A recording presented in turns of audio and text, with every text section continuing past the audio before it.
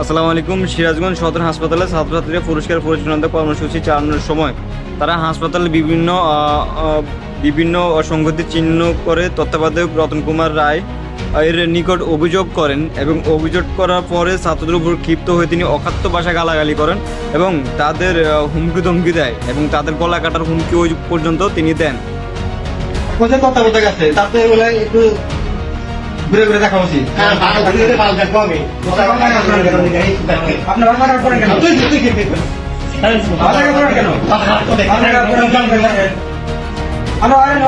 আমি এখন গলা কেটে উড়ি ফেলতে পারি।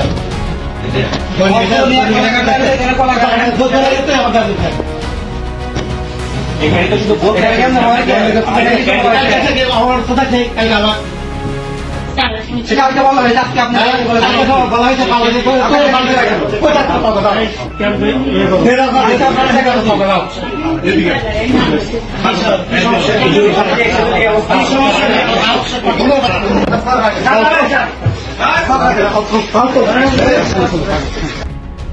একটা কথা কি, যোগ্য লোক কখনো যোগ্য জায়গায় বসে না, অযোগ্য লোকই যোগ্য জায়গায় বসে। তো এখানে সময় আসছে এটার বিরুদ্ধে রুখে দাঁড়ানো, সবাই রুখে দাঁড়ান।